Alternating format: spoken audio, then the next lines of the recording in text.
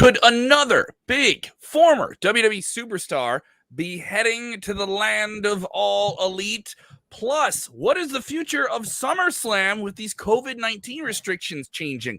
We got a lot of news to get into. Hit the link, hit it up, share it or you stink. You know the story. It's Sportskeeda Wrestling, top story of the day. Watch out, watch out, watch out, watch out! Coming to you a little bit later than we expected. What is up, everybody? I'm Kellam. That is Jeremy, JB Huskers, Nebraska, if you ask you. Hey. If you're here, go ahead and jump into the comments. Let us know what you think here. We're covering some big stories involving Ruby Riott. Is she heading to AEW? We're going to get into that news here in just a second. SummerSlam, could it return to the Thunderdome? Yes, that is some unfortunate news. And also, it's kind of a scary time. We'll talk about all that's going on right now. If you haven't done already, go ahead and subscribe to our YouTube channel. We just cracked 19,000 people. Thank you so much. We're making that march to 20,000. That is our goal. All right. And you can help us get there. If you haven't done already, go ahead and subscribe to our channel. I know a lot of you guys watch on Facebook. Go ahead and check out our channel as well. We have a lot of cool stuff exclusively on our YouTube. We do Vince Russo there every Monday night reviewing Monday Night Raw. I was on with him this week, and he did not like my take on Monday Night Raw, but that's okay. Bro. We also have Dutch Mantel every Friday night. A lot of exclusive content to get into. Jeremy, let's get right into this story here. We'll cover the Thunderdome story in just a few minutes because there is some details that are changing about that here in the last few minutes.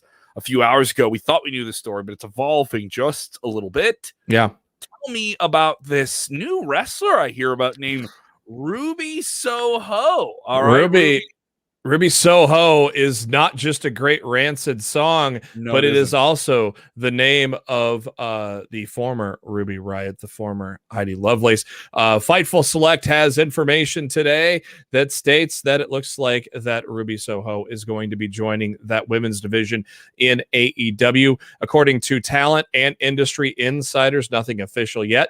But as far as Fightful knows right now, Ruby's non-compete clause is up very shortly. It's going to be up before All Out, so you may see her on the pay-per-view here on Labor Day weekend. Since she's been released, she has kept a low profile, not done any interviews, any appearances, or signings. One promoter that said they reached out to her as far back as a month ago and told that Ruby was not taking any bookings. But there are now rumblings from insiders and talent on the roster that Ruby is going to be coming to AEW.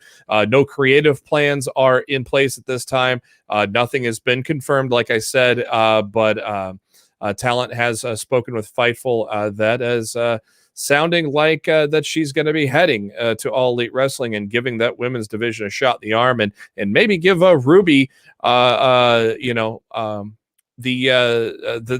chance that she just didn't get when she was in WWE with the Riott Squad.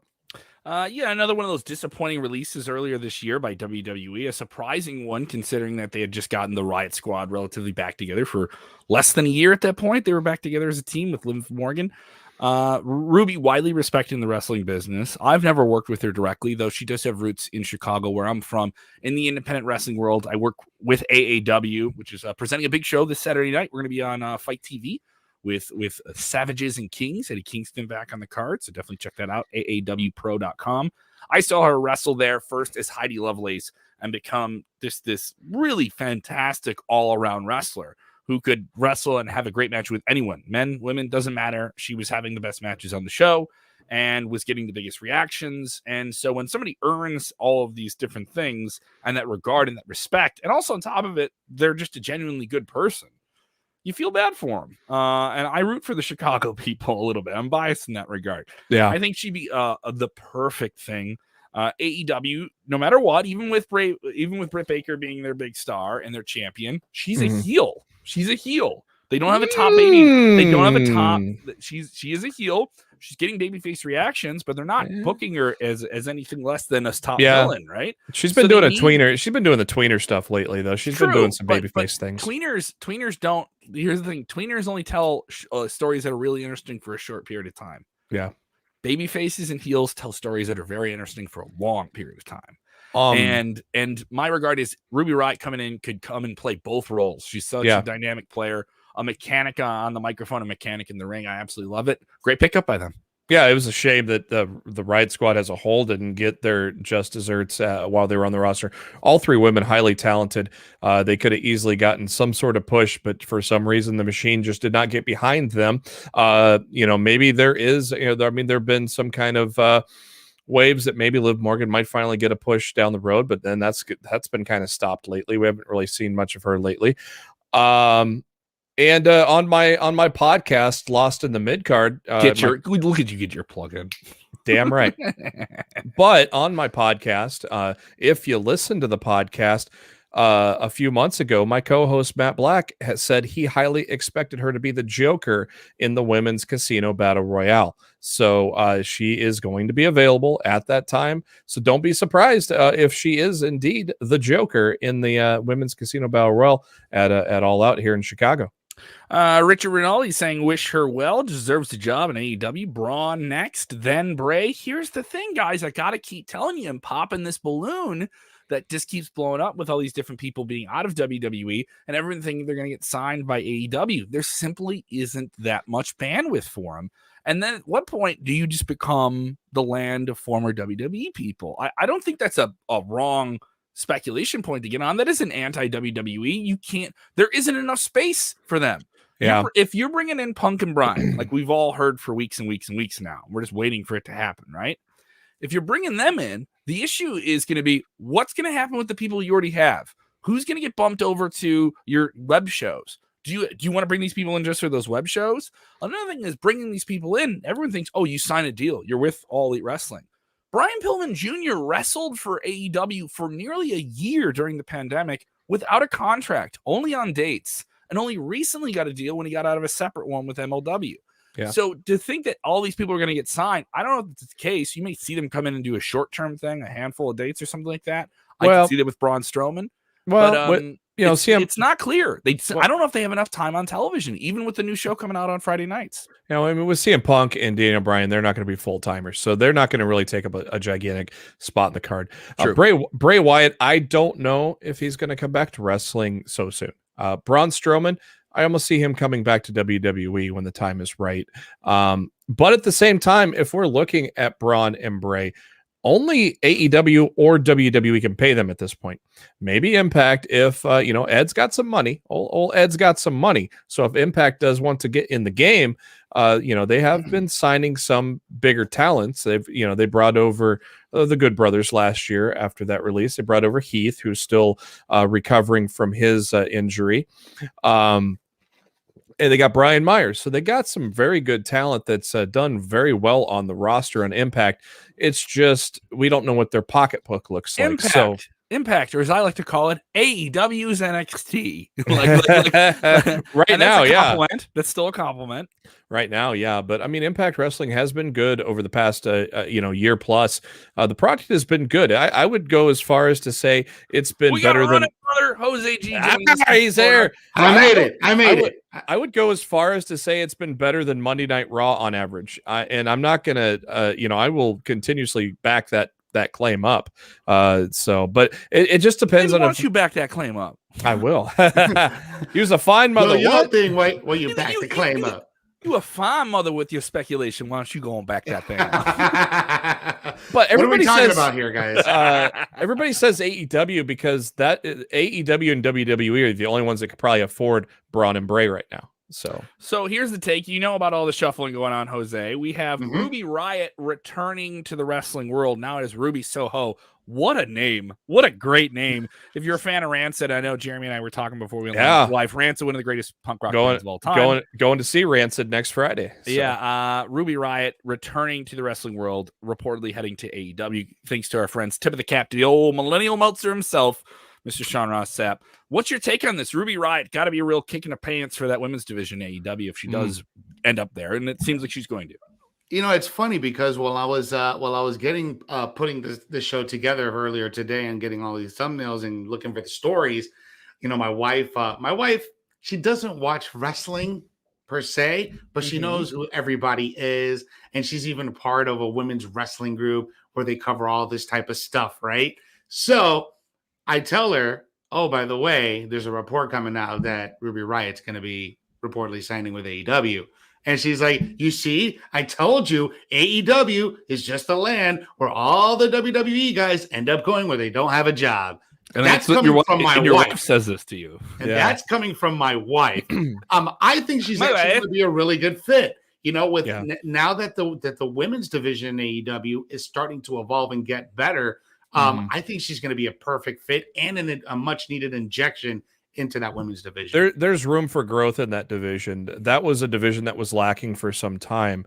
And so there is definitely still room for growth in the women's division, but they have started to build on that division as well, especially with women like Chris Statlander. And of course, you add Thunder Rosa officially to the mix as well. Really rounding out well.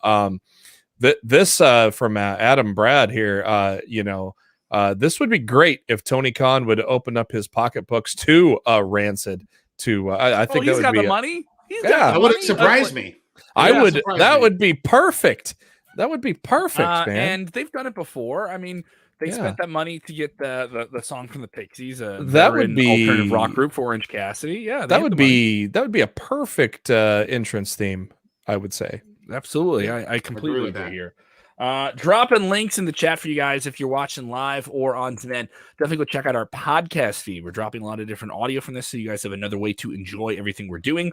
We have a new podcast we're dropping almost every single day, so it's a lot of the videos and different stuff you see on our video channels. Oh, I didn't get to watch that. I'm on the train. I'm on this. I don't want to pull up the video. We give you another option, so definitely go check it out. Spotify, Apple, all those different apps. And thank you for putting us on the charts in several different countries with that. We appreciate it. Thank you, Brian Allen, saying Sportskeeda Wrestling. Got you, fam. Got you, Brian. Got you, bro. All right, and go ahead and hit, the old internet housekeeping. Do the likies. All right, so gentlemen, we're in this continuing fight here where we thought we had pinned COVID-19 to the mat, and it has now just kicked out at 2.5 and is still putting up a fight. And we thought we put a couple. Doing the Shawn Michaels is doing the Shawn Michaels face when he kicks out that 2 3/4. Yes, shoulder like a seizure, like the seizure. Yeah. And then the face.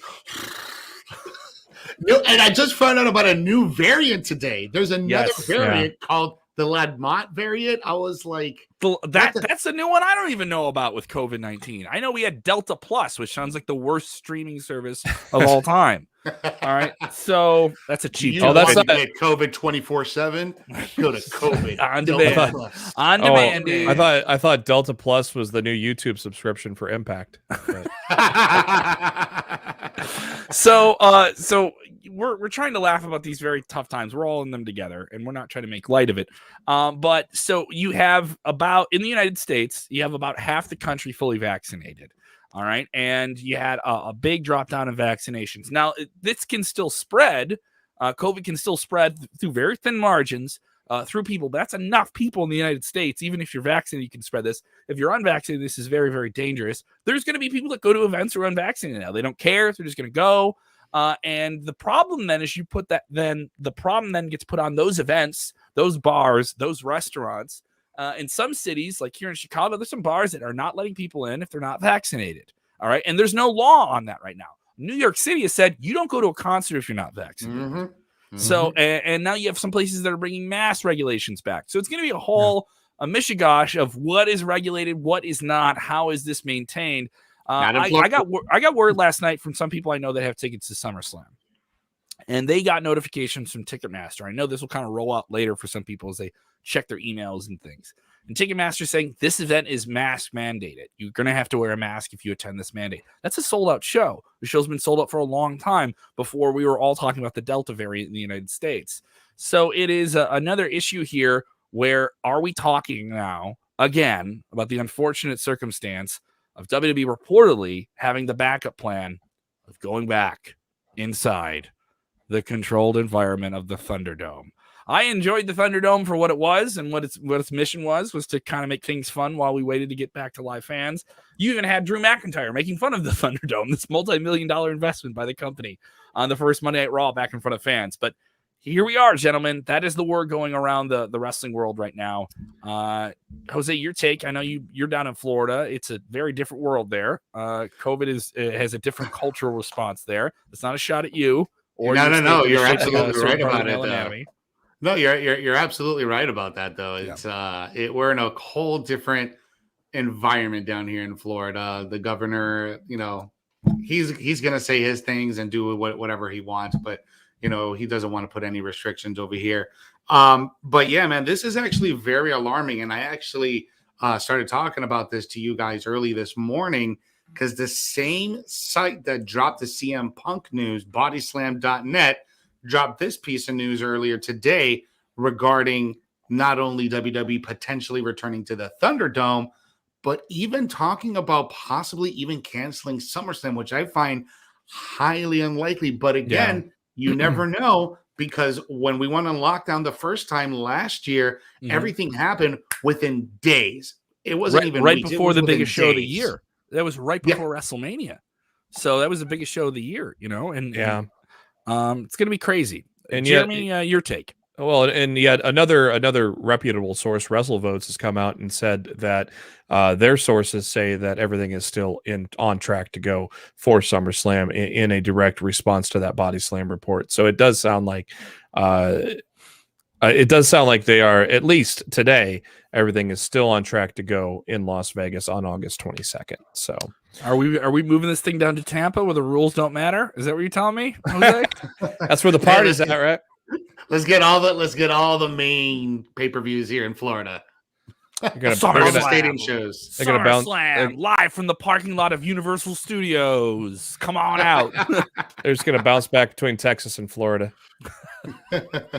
We're gonna perform on an oil tanker in unregistered location in the sea. No one can stop us. Listen, it worked for AEW. I'm totally down for WWE putting on a major show on a cruise ship in international waters. Talk of them doing the show on the beach, like SummerSlam. There was that rumor that they wanted to do it in Atlantic City and stuff.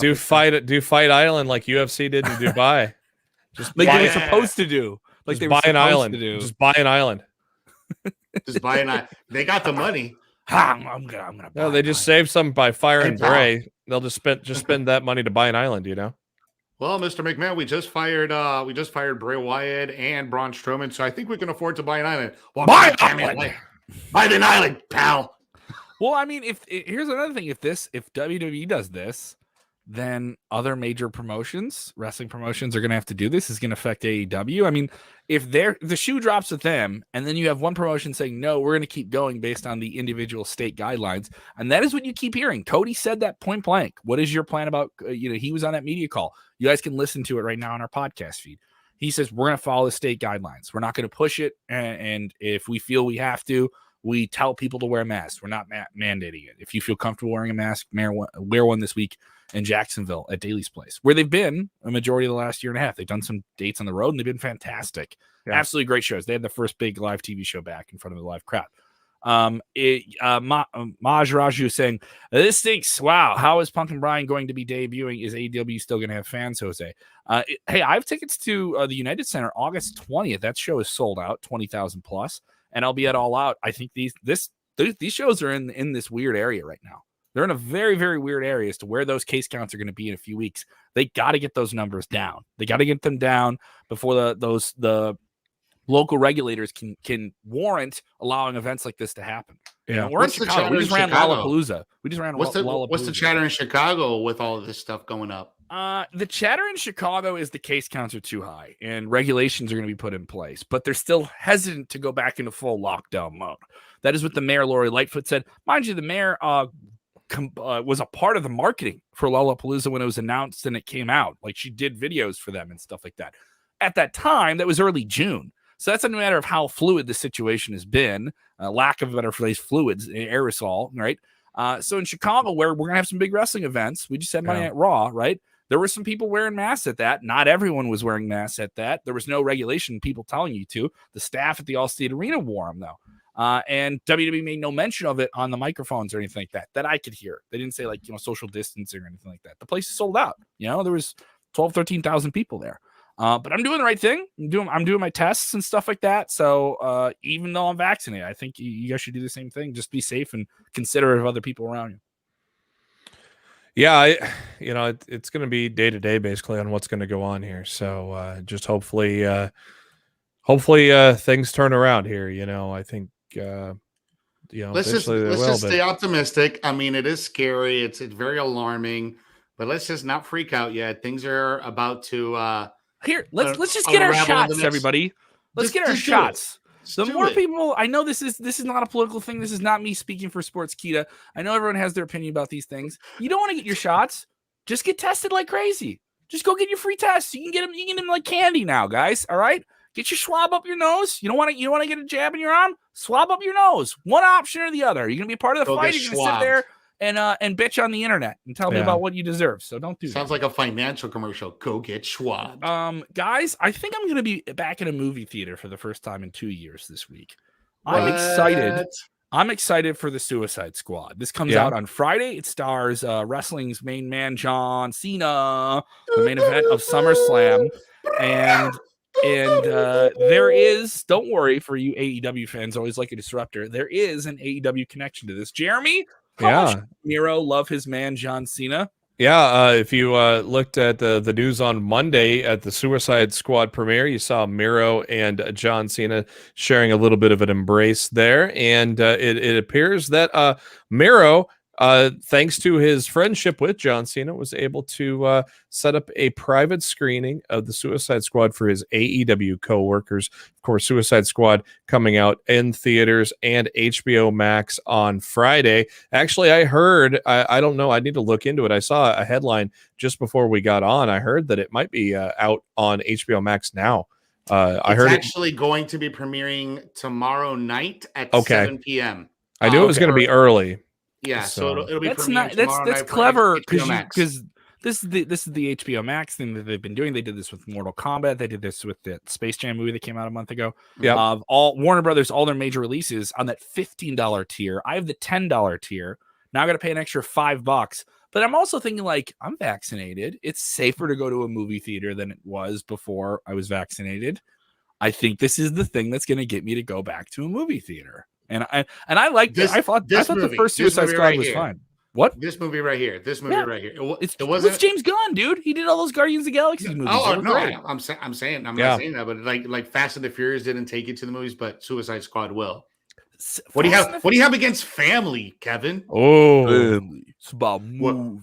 It's about popcorn. The oil. No, but I don't know. I haven't seen the last few Fast movies. My favorite one is the one with The Rock where he turns the camera and says, "Get the F out of my way." That's the. I just watched that over the weekend because it just. This is Brazil. You can't arrest me. I'm in Brazil. This is Brazil. Makes no sense at all. Yes. Jeff Samuel saying, "Whoa, John Cena's opened the forbidden door." No, he hasn't, guys. Hey. Listen, if he wants that win, let him have that win. Let Jeff have that win. He went through that forbidden door. Okay. God, imagine John Cena showing up in AEW. Great comment here from Sam saying, "Everybody, get your big boy pants on and get a shot." Exactly. Messing it up for everybody. I agree. I love Sam. I love that Hawaiian shirt he has on his profile picture. Man, I need that shirt in my life. Steven, who's got he's got a Captain America costume on in his profile photo here, says, "Seen Suicide Squad, better than the first one, many surprises in it." All right, well, thank you for the little scoop there, and no spoilers too. I appreciate that, so I'm looking forward to that. This is pretty sweet here. Is this the last run of John Cena in WWE? Are we not going to see him for a long time after this? Because it's the summer Cena. He's got some dates after SummerSlam. He's challenging Roman Reigns for the title. A lot of people think it's a foregone conclusion. He doesn't get the belt off John Cena. What's your take just a few weeks out here on Cena versus Reigns in Las Vegas? It's a lot. It's a lot to really digest, just because out of all the information that we all know, we know that he's scheduled to film another movie in Europe later in August. So with all that information that we already know, it's almost kind of like a foretold conclusion that he's not going to get that title. But again, what's to say that WWE doesn't swerve us, has Cena have the title, and does a Brock Lesnar and takes the title away with him for a month at a time? Well, he is scheduled for the MSG show, so I mean, didn't get him in Chicago. I can tell you the crowd in Chicago definitely wanted a John Cena. They didn't get one, but that's a whole other story. I want to know what fans are thinking of this and how you guys feel about John Cena, one of the biggest wrestlers of his generation, coming back here, and how you guys feel about it here.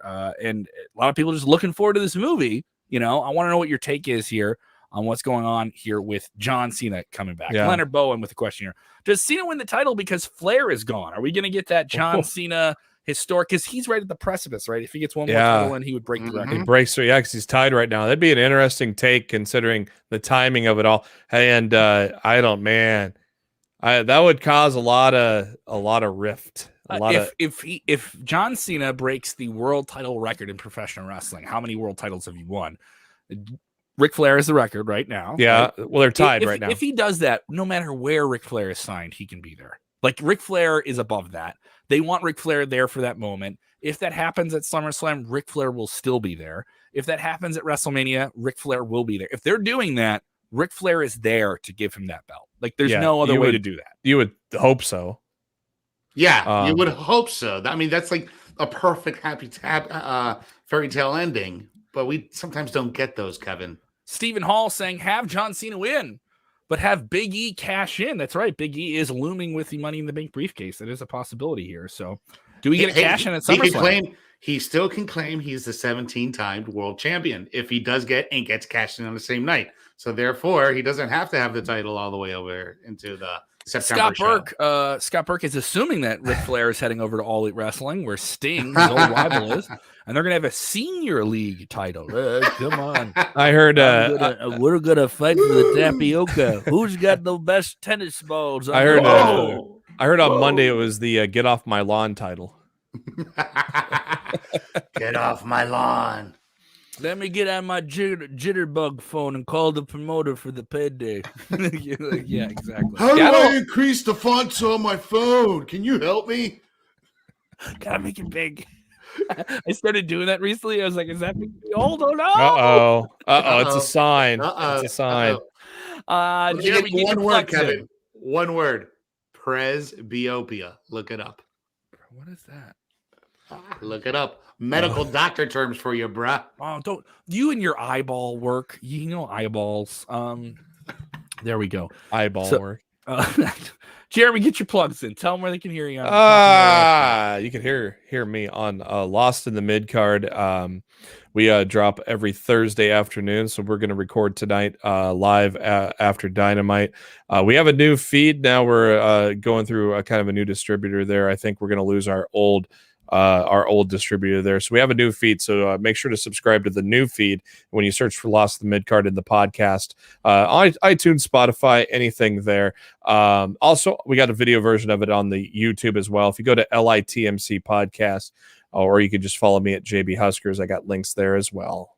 Jose, you're busy with your thing. Tell them what's up. That's right, guys. Tonight we got the debrief here on SK Wrestling. We're Rico and myself are going to be breaking down this week's NXT and AEW. It's the homecoming show at Daly's Place tonight. Miro is finally putting his TNT title on the line, and we got Jericho's third labor that's going to be going down tonight. We're going to talk about that tomorrow. We're supposed to have Recons of Wrestling. We're actually going to be taking a week off, so you can catch me back here at the top story tomorrow. Absolutely. A lot of stuff. Keep your notifications on, especially if you guys enjoy watching our stuff live when we stream every weekday, Monday through Friday, right around the 5 p.m. Central Hour, 6 p.m. hour. Depends on when all the news kind of settles in. We know what we're doing. Thank you guys so much for the increased viewership. We really, really appreciate it. If you haven't done already, go ahead and subscribe to our YouTube channel. Tons of content that you enjoy here on Facebook and even more over there. All right. Also, if you haven't done already, have you checked out our Snapchat? Maybe you haven't been on Snapchat in a while.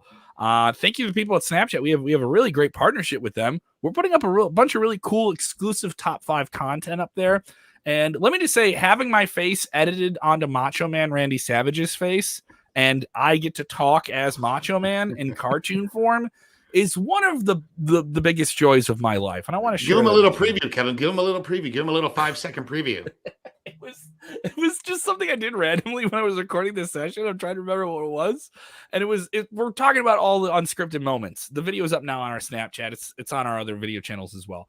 And it was the unscripted moment of Jake the Snake putting a snake on Macho Man Randy Savage's bicep. He got bit by a real snake.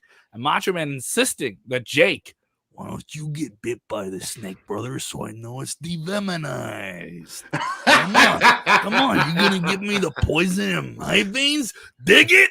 Like, so that's all I did. It's not that great. It was, but seeing my face like edited on the Macho Man, I was like, what is my life? This is my job now. So that's what I'm doing. I'm going to be busy with live comedy, doing a socially distant and safe show at the Lincoln Lodge this Friday. Roast battle. I'm not roasting. I'm on the panel, so I get to judge who's the most roasted. Which one's better? Is it better to be the roast or the roastee? Well, roast battle is different. So you're going joke for joke at each other. So that's almost like a rap battle. But in terms of like an honoree roast, it's always better to be the person who's roasting than the person that is roasted. But there is a form of respect in that. You always roast them and then you say something really sweet and nice about them at the end. Even if you don't want to. All right, guys, stay safe. Put your mask on, get your shots. Let's keep going as long as we can. And remember, when watching wrestling, please, you be safe. Cover your mouth, but you still yell to the ceiling if it's masked up, because you got to do what, Jose? You got to enjoy wrestling. Yeah. Yeah. Yes. Yeah. Yes. Yes. Yeah.